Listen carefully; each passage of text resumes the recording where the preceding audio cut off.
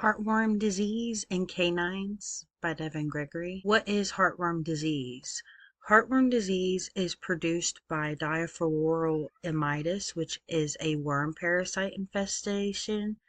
The canine becomes infected via mosquitoes as they carry the larvae of the parasite. This is not directly related to the epidermis of the canine, as the larvae must enter into the bloodstream.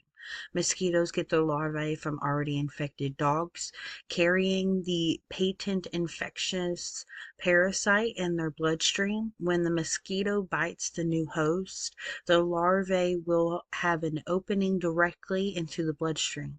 It takes 6 to 9 months for larvae to become an adult and reach the cardiac chamber. The anatomy that is impacted in this once the case is chronic, that being that there are adult heartworms in the heart vessels, there are levels of conditions, primarily endothelial, lining of interior surface of blood vessels remodel, the vascular arteries and veins dysfunction occurs, secondly resulting in pulmonary hypertension or high blood pressure, an overload of the right side of the heart known as cardiac pressure.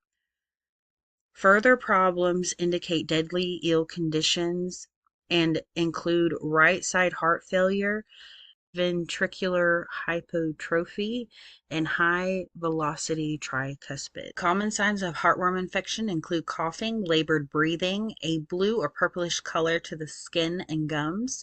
This is the opposite of erythematous, where the dilated capillaries create a redness. Heartworms prevent proper blood flow and in return creating this purple and blue color. Also, the accumulation of fluid in the abdominal cavity, not to be confused with edema, which is the retention of fluid in tissues. This can make the body appear to be about to dehisce or burst.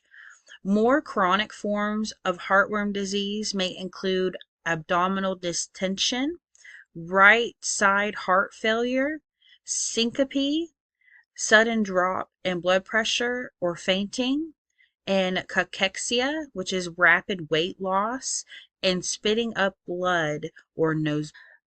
How does the body react? In acute cases, the body begins to retain fluids as the dead worms begin to clog heart ability to pump through. This is where the body, mainly heart and lungs, causes irritation and inflammation in the heart chamber. In addition, the immune system does further damage to the blood vessels as a response to the dead worms.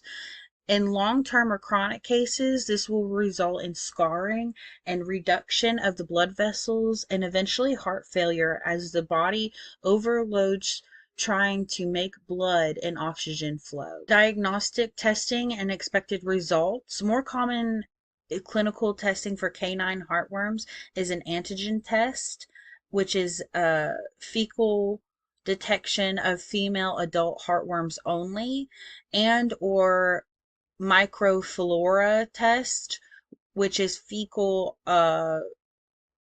testing of offspring of the worms only. That's that larvae. False negatives are rare, but tests should be done annually. In more severe cases, damage has begun, and the further tests are to identify the damage that has been done and not so much the presence of the heartworms. Ultrasonography and echocardiography will indicate intracardiac worms, right ventricular hypertrophy, and high velocity tricuspid. That's that regurgitation in the heart valves. This is important because heartworm infection is preventable. There are safe and effective subcutaneous injection medications that can be used. This is a 2 or 3 dose protocol administration of meloxicam is commonly used.